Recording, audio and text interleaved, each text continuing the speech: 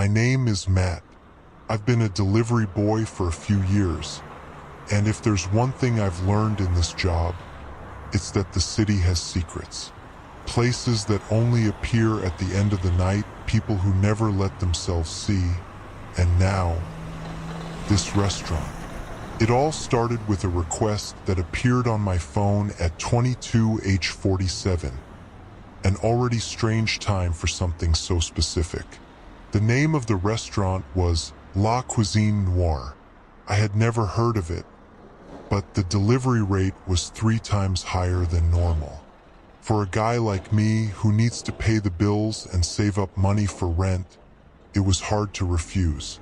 Also, the address was only a few kilometers from the center, in an area with little traffic. I accepted the request without thinking too much. As I was going down the dark street, the GPS started to make me nervous. The address didn't make sense. It seemed to lead to an abandoned shopping area. The last turn led me to a narrow alley, lit by a single hanging lamp that blinked as if I wanted to give up. Parked the bike and looked around. There were no signs, no indication that there was a restaurant. Is it right here? I thought, checking the GPS again. It was. Got off the bike and approached. There was a metal door with peeling paint, almost imperceptible in the shadows. Before I could knock or ring the doorbell, it opened with a creak. On the other side, a tall, thin man in an impeccable black suit was staring at me. He smiled. "You must be the delivery person. Punctuality is always welcome. Please come in." His voice was low and quiet, but something in it made me uncomfortable. Still, I stepped forward, half thoughtlessly, as if being pulled. The door closed behind me with a dry sound, and I realized that I had crossed an invisible line. The interior was surprisingly elegant. Tables with linen towels, lighted candlesticks, and a classical music playing in the background. It didn't look like a clandestine place. In fact, it looked expensive.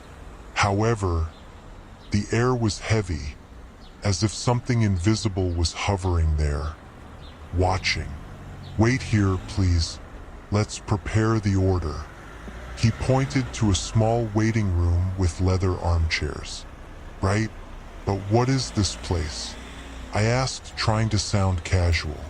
The man just smiled again. "Just the best restaurant you've ever heard of." As he walked away, I realized my heart was beating faster than it should. There was something about this place that made me uneasy, but curiosity and easy money kept me there, stuck between the unknown and fear. I didn't know yet, but that delivery would be much more than I expected. I waited in that room for a few minutes, but every second seemed to stretch out more than it should. The silence was oppressive, interrupted only by the muffled sound of footsteps somewhere in there. The smell in the air was strange. Not bad, but strange. Something between spices and a metallic odor that I could not identify. I moved restlessly in the leather armchair.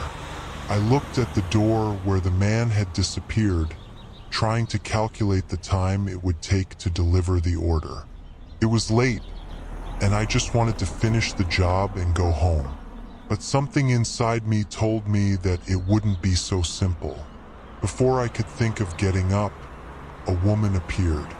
She was dressed in a spotless white chef's uniform, but there was something in her eyes, a cold glow that made my skin shiver. "Are you the delivery boy?" she asked with such a professional voice that it almost sounded inhumane. Assenti, and she signaled me to follow her. At first I hesitated. My job was to pick up the order from the counter, not go into the kitchen. But before I could protest, she added, "It's part of the protocol. We want to make sure everything goes perfectly for our customers. With no other option, I followed her down a narrow corridor where the walls seemed to close around me. The more we walked, the more the strange smell became strong, now with a touch of something sweet and nauseating. When we got to the kitchen, I was impressed. It was big, modern, full of equipment that I had only seen on TV. There were several neatly arranged workstations, with utensils shining in the cold light. But again, something seemed wrong. There was no noise typical of a busy kitchen. No sound of pots pounding, boiling water, or grilling meat. Only the low sound of the chef's breath, who worked in complete silence. They did not speak. They did not even look at each other. Each seemed lost in their own task, cutting, mixing, seasoning. It was almost robotic. Impressive, isn't it? The woman interrupted my thoughts. Perfection requires absolute concentration. I didn't know what to say, so I just muttered a, yes, yes. My attention was drawn to one of the stands where one of the chefs was chopping something.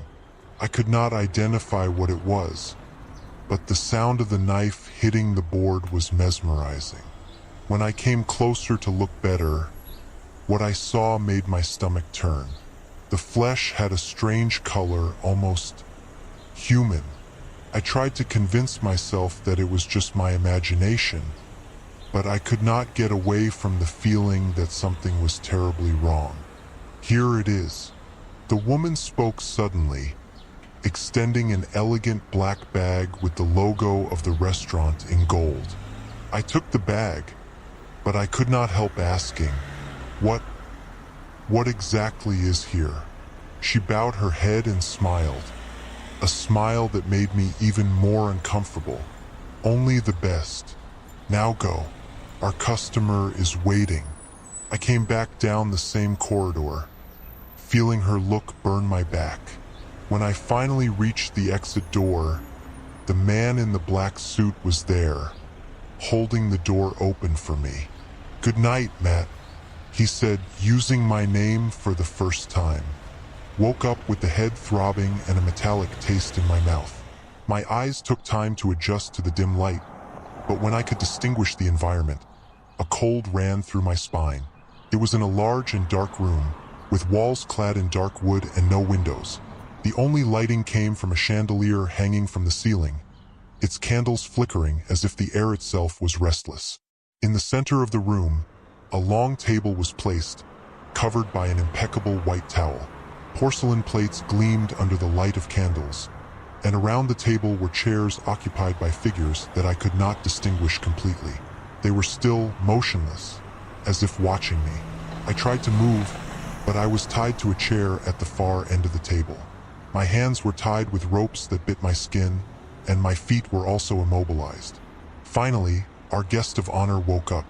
The voice of the man, now more grave and loaded with an almost ceremonial tone, echoed through the hall.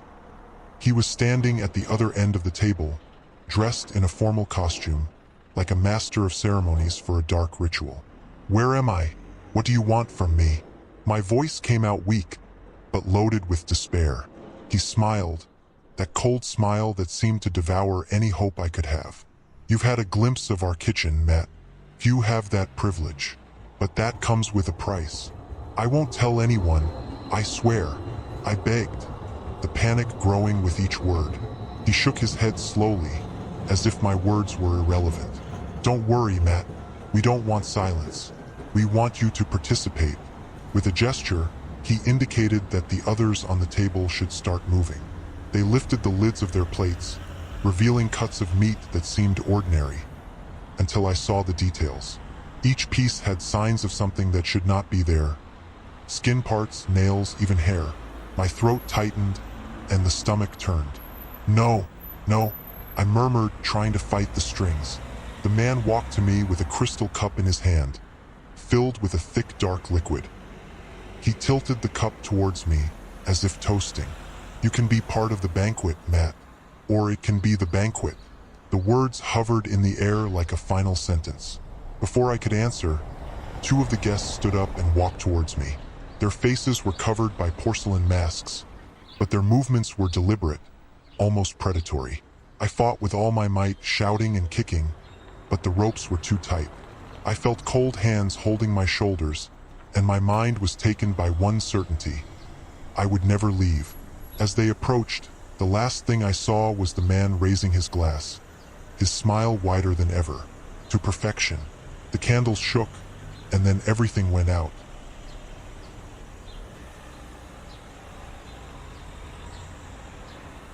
My name is Liam, and to be honest, I don't know if I'm a good delivery guy or just stubborn. Every day is the same thing. Open the app, take routes, and run against the clock to bring food to strangers. No complaint. The work is honest, pays the bills, and keeps me busy enough not to think about how life goes. Stopped. That night, I was halfway through my shift thinking how good it would be to finish early and go to bed. That's when I got the request. Mr. Parker, Hollow Street, number 13. It seemed familiar, but with so many addresses in my head, I let it go. I picked up the package at the diner, hamburger with fries, a vanilla milkshake, and headed to the address. When I arrived, the house was as always, silent, almost without light. A yellowed lamp dimly lit the porch, and the door looked old but well kept. Before she even hit, she opened a crack, and there he was, Mr. Parker. "Good evening, Mr. Parker. Here's your order." "Oh, good night, boy. Thanks for bringing it so fast. It's always nice to be able to count on you." He had that polite manner, with a calm voice and a smile that never seemed to change. He never went out the door, and I only saw half his face in the dim light. He handed over the exact money, with a tip, and closed the door before I could even say anything but thank you. I went back to the car thinking how he was the perfect customer. Always kind, never complained, and gave good tips. Only that night something was in my head. It was the third time that week I delivered to him, always the same order at the same time. Coincidence? Maybe. I decided to ignore. The shift went on normally, but when I got home, the name Parker was hammering. I was too tired to think about it. Maybe it was just my head playing tricks after hours driving. The next day, there was again, Mr. Parker, Hollow Street, number 13, at exactly 8:15. I took the order, knocked on the door, and everything happened the same way. The smile, the tip exact, the door closed quickly. It was just another customer, right? So why did that bother me so much? Working with deliveries makes you notice patterns. The kind of food people ask for, the schedules, even the moods of each neighborhood. But Mr. Parker, he wasn't just a standard, he was a fixed routine. Burger, fries, vanilla milkshake. Always at 8:15 p.m. Always the same smile. After the fourth or fifth delivery that week, I started to wonder, does he not get sick? Of course, it was none of my business, but something in his methodical way was stirring me, as if there was something wrong. I discussed it with a colleague in the diner while waiting for another order. "Parker from Hollow Street? Man, he's one of the good ones. Always tip." "I know," I said, "but the thing is, he orders the same snack, same time, every night. Like no fail. It's weird, don't you think?" My colleague shrugged. "It's his routine, I guess. Or maybe he doesn't exist." He laughed and went back to work, but that stuck in my head. Not exist? What do you mean? It was just a silly joke, but it echoed for hours while I made other deliveries. That night, when Mr. Parker's request appeared again in the app, my heart jumped. It happened almost as if I was waiting for him, as if I needed to see him once more. What confirmed that he was just a weird guy with repetitive taste? When I arrived at Hollow Street, I parked on the sidewalk and looked at the house. Always the same, silent, with the yellowish light over the porch. For some reason, that scene now seemed out of place, as if the whole house was frozen in time. Rang the doorbell. As usual, the door opened a crack and Mr. Parker appeared with the same smile. "Good night, boy. Always so punctual." "Thank you. You're welcome, Mr. Parker," I said, hesitating. Before he closed the door, I decided to ask, You have already ordered this same snack 5 times just this week, right? His smile has gone down, but only a little bit. It's my favorite. Old habits, you know how it is. Of course, that's all I could say before the door closed. But at that moment, I had the strange feeling that he was not just avoiding the conversation. He was hiding something. Back to the car, I could not proceed to the next order immediately. Instead, I opened the application and looked up Mr. Parker's order history. I could only access the deliveries that I made myself, but it was enough to confirm. He ordered the same snack every day without exception at the exact same time. My thoughts ran. Who does it? Why do it? The idea of something out of the ordinary began to form, but I refused to believe. It was just a strange man, stuck in his routine. Nothing too much. Still, I knew I couldn't forget it. That night, I decided the next delivery I would ask more questions. Mr. Parker's voice echoed in my head even after he disappeared into the silence of the night. My body wanted to run, but my feet were stuck on the balcony floor. I looked at the closed door, hoping it would open again, but nothing happened. Mr. Parker, what do you mean by that? How come I don't understand? My voice came out weaker than I intended. A cold wind cut through the porch, and the yellowish light blinked again, threatening to go out. Then I heard steps, slowly on the other side of the door. Each step made the wooden floor creak, and the sound seemed to weigh more than it should. Finally, the door opened, this time more than a crack. Mr. Parker was there, standing under the flickering light. The usual smile was not on his face. He seemed tired, as if carrying a secret for so long had drained something essential. "Why did you come back, boy?" he asked, his voice now almost a whisper. I swallowed it dry, not knowing exactly what to answer. I saw the article, about the accident, about you. Keep your strength for what? I was already regretting to ask. He stopped with his back to me and was silent for a few seconds before answering. To prevent them from coming, my hair shuddered. They who, before he could answer, a sound cut the air. A low and constant noise, as if something was scratching the walls. I looked around, but saw nothing. You brought them. Your voice was tense now. You asked too many questions, and now they know I'm here. Fear has taken hold of me. Who are they? He sighed, looking away for a moment. Oh yes, the accident. It was quick. So fast I didn't even realize what happened. Until I did, I felt a knot tighten in my stomach. You know that he is dead? Then? He laughed, but it was an empty sound, no humor. Dead? I don't know. I'm not alive, that's for sure. Stuck. Those words hit me like a punch. Stuck. He spoke with an almost inhuman calm, but I could feel the weight of despair behind every word. Stuck where? Why? I asked, my voice coming out louder than I expected. He stepped back into the house and gestured for me to come in. My instinct was to run, but something pulled me forward. I crossed the door hesitantly, feeling the air heavy around me. The house was cold, much colder than it should be. The furniture looked old, covered in a thin layer of dust, as if no one had used it for years. A strange smell hovered in the air, something between wet earth and iron. I don't eat for pleasure, he said, walking towards a small table in the corner of the room. I eat because I need to keep my strength. If I don't, well, it's better that I don't find out what happens. He turned to me, and for the first time I saw something different in his face. His eyes, once so calm, were now wide, almost terrified. Those who come to seek those who do not accept the end. The sound became louder, coming from all directions. It seemed that the walls were alive, vibrating with an invisible presence. The light of the room blinked, and I saw shadows moving, even without anyone there to project them.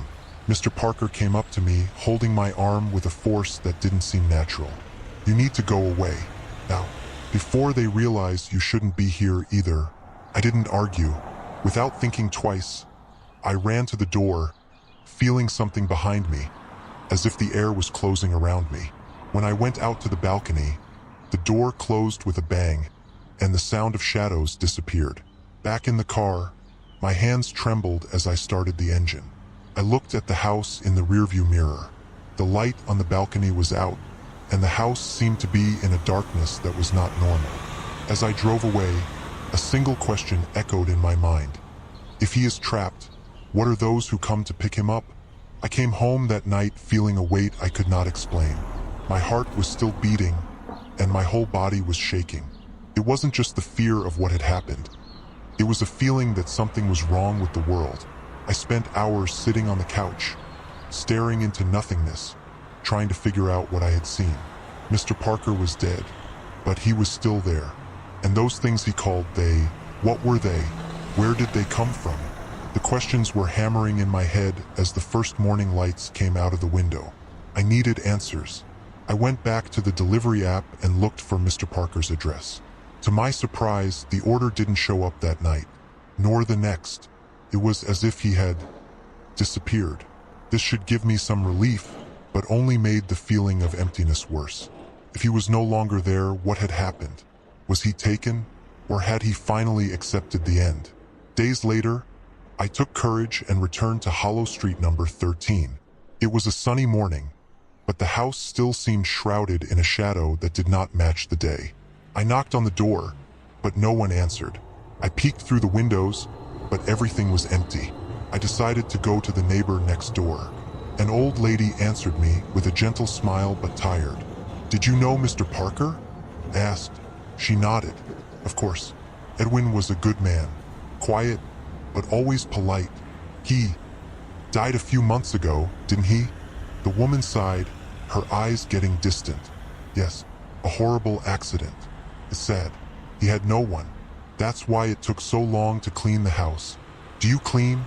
She looked at me, confused. Yes, dear. After he died, the house was abandoned for weeks. Nobody knew what to do. But a month ago, some people came and took everything. Since then, the house has been empty. The knot in my stomach tightened. But what about the lights? The deliveries? She frowned. Deliveries? Dear, there's no one living there. Since the accident, that house is dead. So is Edwin. Thanked, not knowing what to say, and I quickly walked away. Her words echoed in my head. The house is dead. Back to the car, trying to ignore the shiver that was rising up my spine. Before starting the engine, I looked at the house once more. She was there, motionless, but seemed to watch me. That night, when I opened the delivery app, my heart stopped. A new order had arrived. 8:15 p.m., Mr. Parker. Hollow Street, number 13. Shut the phone, put it in the passenger seat, and face the road ahead. I wouldn't make that delivery. Not this time. But as I drove, something told me that no matter how hard I tried to run away, Mr. Parker's legacy was already with me, because somehow I too had crossed a line in that house. Who knows? Maybe one day, when my time comes, someone will hear my story and ask themselves, what if he's still out there?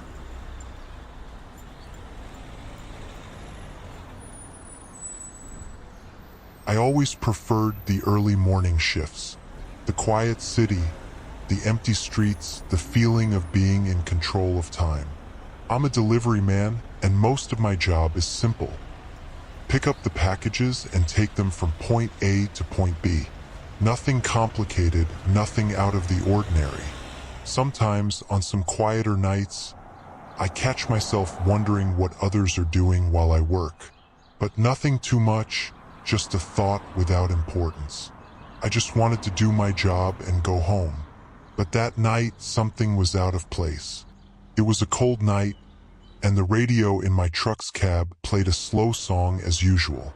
The lights of the city flickered in the distance, like stars stuck to a sea of concrete. The order I received seemed to be one of those usual, until I looked at the address. It is far away, very far, not the kind of delivery you would expect in the middle of the night. And worse, the place was in a remote area, where the streets became darker and the silence deeper. I hesitated. The delivery value was good, but something in the order made me suspicious, as if something was wrong. For a moment, I thought about calling the company and saying that it couldn't make the delivery, but finally I decided to go. The thought that the request could be important gave me courage. Also, the extra money was tempting. Then, with a sigh, I turned the wheel and headed towards the unknown destination. The way there was long and lonely. Traffic was practically non-existent, and the road, increasingly narrow, seemed to stretch into darkness. I was already far from any city, surrounded by dense vegetation. Even the air was heavier, as if the night had an extra weight. The kind of feeling you only have when you feel completely alone. The kind that makes your skin shiver. Finally, after what seemed like an eternity, I arrived at the site. A secluded house in the middle of nowhere. The facade was simple, but something about it seemed wrong. Perhaps it was the dim light that illuminated the entrance, or the fact that the house was so quiet, with no movement or sound, as if time had stopped there. I parked the truck in the entrance, and before leaving, I took a deep breath, trying to scare away the feeling of discomfort that was beginning to spread through my body. Looked at the clock on the panel. 3:34 a.m. The man who ordered it was not someone I recognized, and the order also didn't seem to be anything special. Just a small package. However, when I looked at the building, a strange feeling that something was about to happen took over me. The door of the house opened with a low creak, and a man appeared. He was standing waiting, as if he knew I was coming. His figure was skeletal, with wide clothes and a pale face. He did not seem normal. His eyes were deeply dark, as if they were always fixed on some point beyond me. There was something disturbing about the way he looked at me. "Are you the deliverman?" he asked in a hoarse voice, as if it were difficult for him to speak. His tone was low, but there was no sign of kindness. Just a demand. "Leave the box and go away.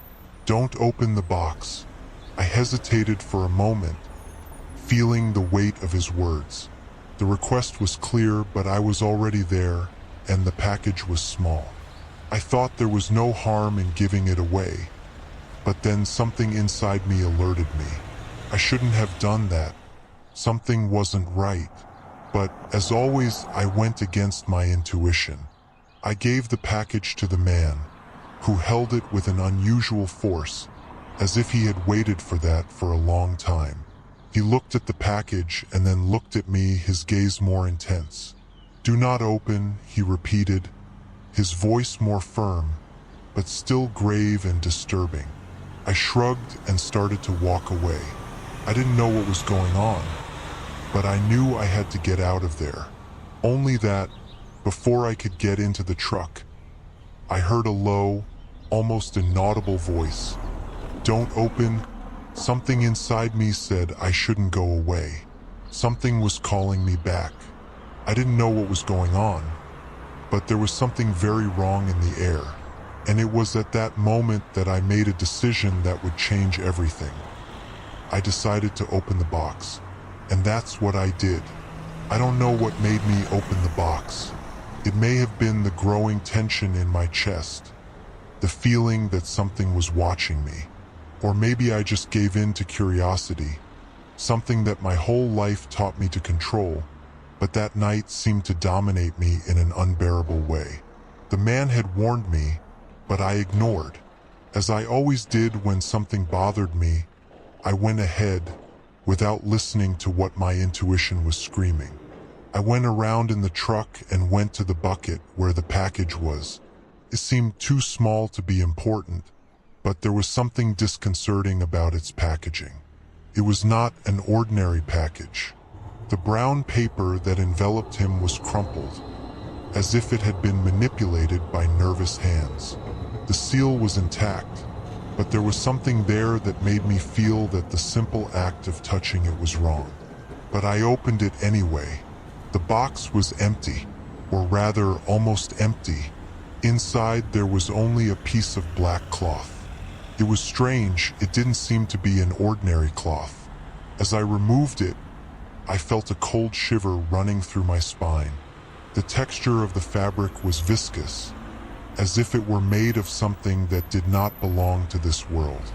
Before I could think any further, the fabric began to move as if it had a life of its own.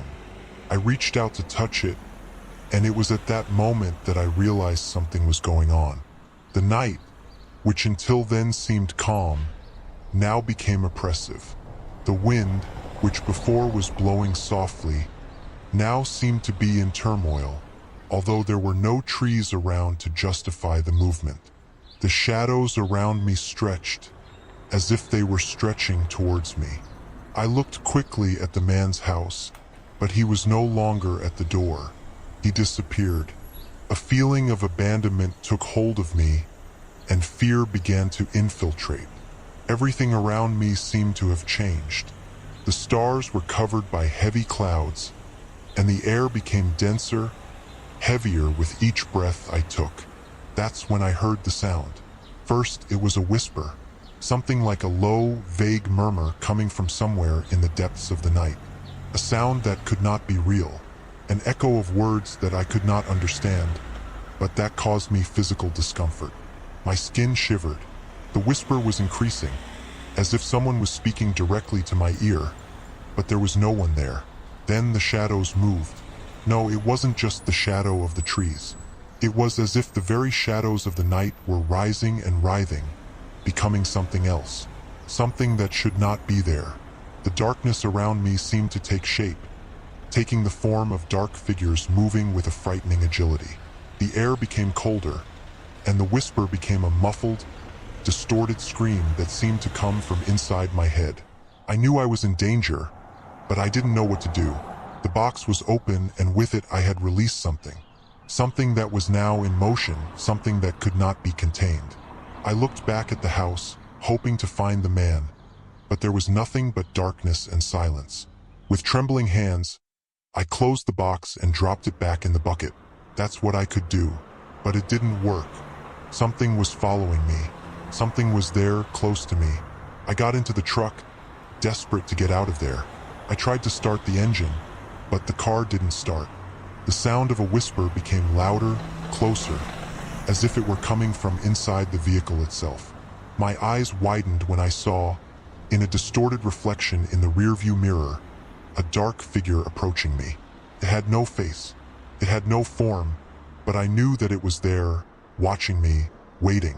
In an absolute panic, I managed to get the engine started, but fear had already settled. The truck choked.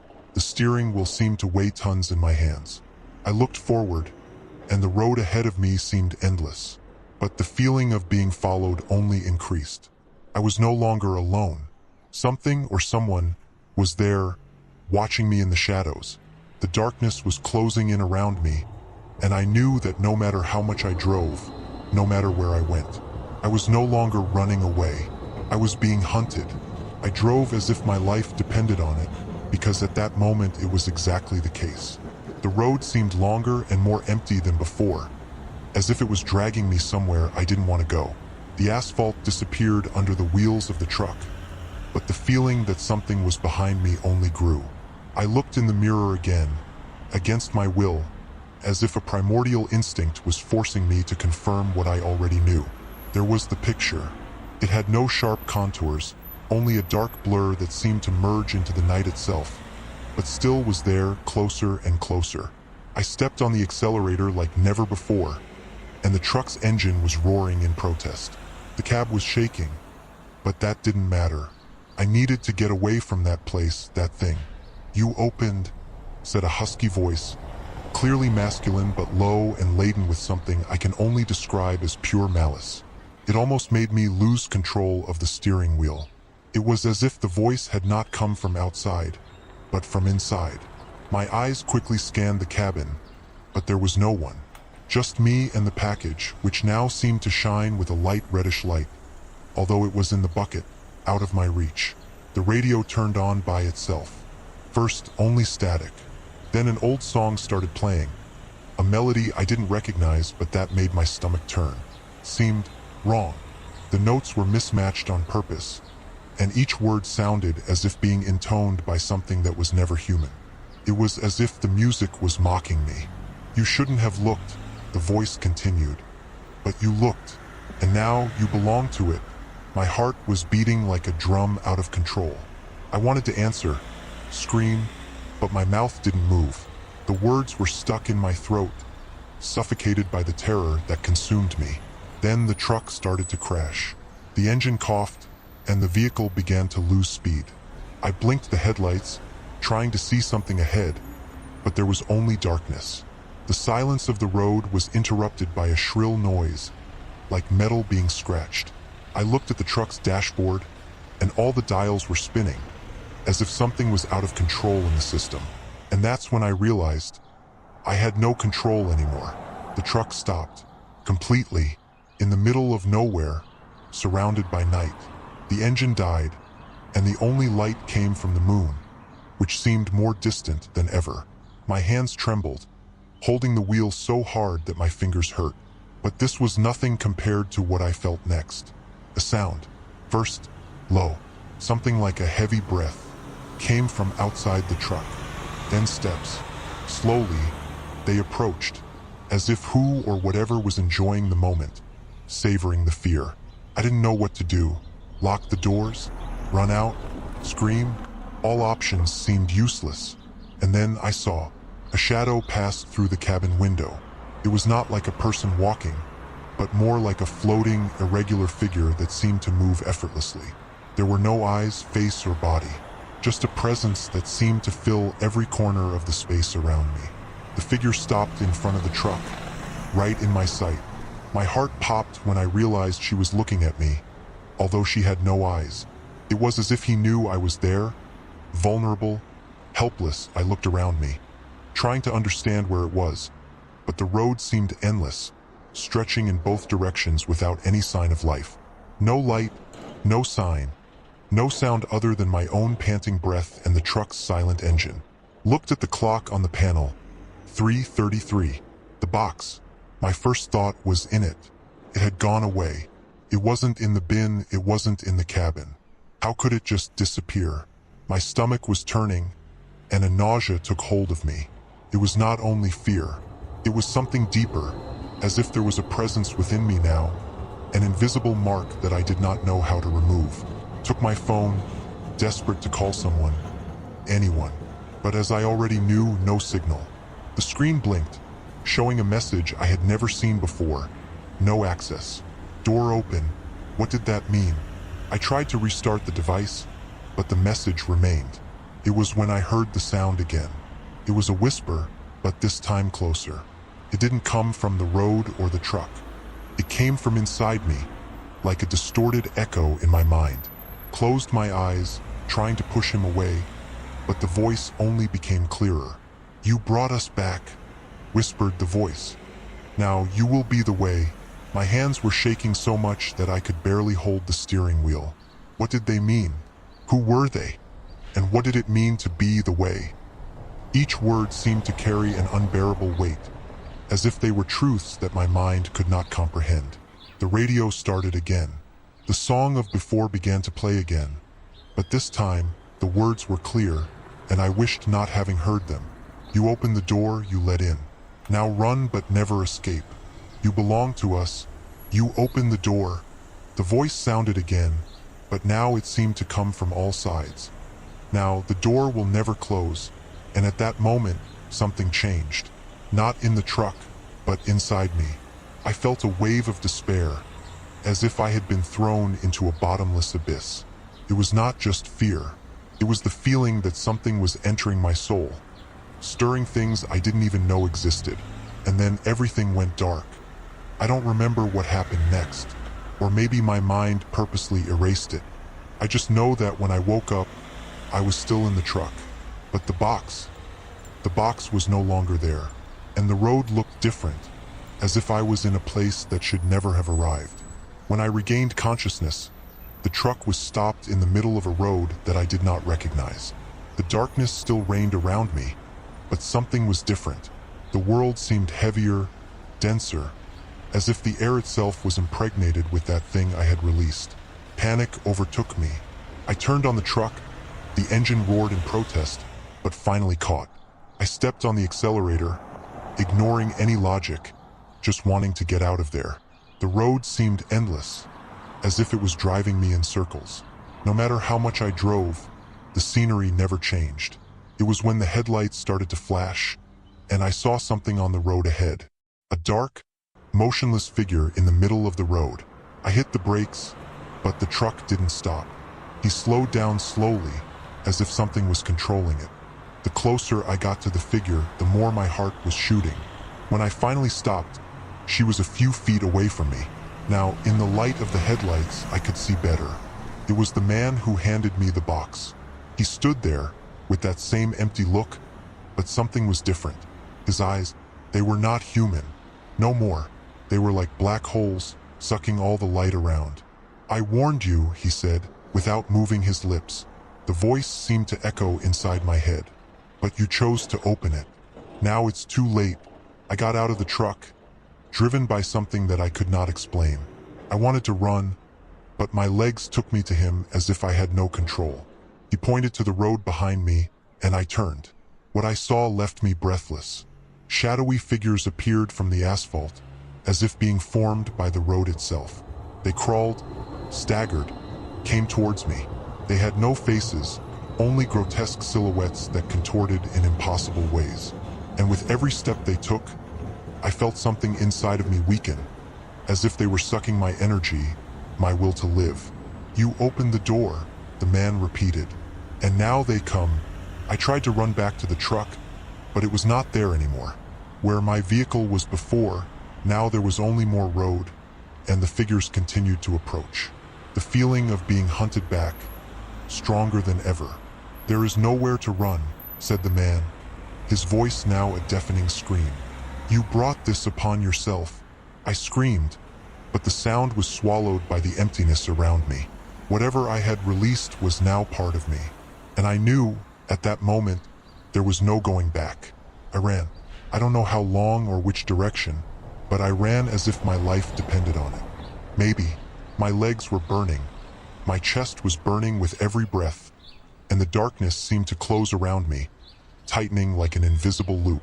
The figures kept coming. They did not run, but moved with an inevitability that was even worse. No matter how hard I tried, they were always there, one step closer, 1 second closer to catch up. The ground under my feet seemed to change. It was no longer asphalt. It was something viscous that seemed alive. With each step, my feet sank slightly, as if the road was trying to swallow me. But I continued. Fear was the only thing that moved me. That's when I saw the light. It was a small spot shining in the distance, almost imperceptible in the sea of darkness. A reflection of my despair made me believe that it could be the way out, or at least a chance to escape. My steps became faster, ignoring the tiredness, ignoring the sound of voices whispering behind me. "You can't run away," the voices repeated, like a chorus of agony. "You belong to us now." The light was growing, but something was wrong. As I approached, I realized it was not an ordinary light. It was not warm. It offered no comfort. It was cold, sterile, like the glow of a fluorescent lamp in an empty hospital. And as I got closer, I realized that something was coming from a door. It was a simple, worn-out wooden door, stuck in the middle of nowhere. There were no walls or ceiling, only the door, illuminated by cold light. It was half open, and beyond it there was something. A void, infinite space that seemed to pulse with an energy I could not understand. Without thinking, I reached for the door, but hesitated. Something in me knew that crossing it would be a point of no return. But the sound of the figures behind me, closer and closer, forced me to act. I pushed the door and entered. The light enveloped me, and for a moment everything was silent. An absolute silence, so deep that I could hear the sound of my heart beating. The space beyond the door was like nothing I had ever seen. It was an infinite emptiness, but at the same time full of memories. My memories, flashes of my life passed around me, projected as if they were old movies. I saw my moments of happiness, my mistakes, my pains, but something was wrong. The shadow figures were there, too, mixing with my memories, distorting them. They became part of me, consuming every bit of who I was. I tried to scream, but my voice didn't come out. I tried to run, but there was no place to go. The void held me, it held me, and I knew I was lost. Then I heard the voice again, that same hoarse voice that had started it all. You opened the door, and now you will be the door. My hands began to burn, an indescribable pain that radiated through my body. I looked at them and saw they were changing. My skin was turning into wood, cracking, hardening. My feet were rooted in the empty ground, as if I was fusing myself to the place. Thought tried to move, but it was useless. Every second, I lost more of myself. My memories, my emotions, my humanity. I was becoming part of the door, an extension of it, a guardian for whatever that place was. And then everything was quiet again. I was now part of the door. I could feel the figures on the other side, waiting, hungry. Could feel the real world, so far away, but still within reach. And he knew, with overwhelming certainty, that the next person who opened the door would be doomed to the same fate. Because the door always needed a way. And now that way was me.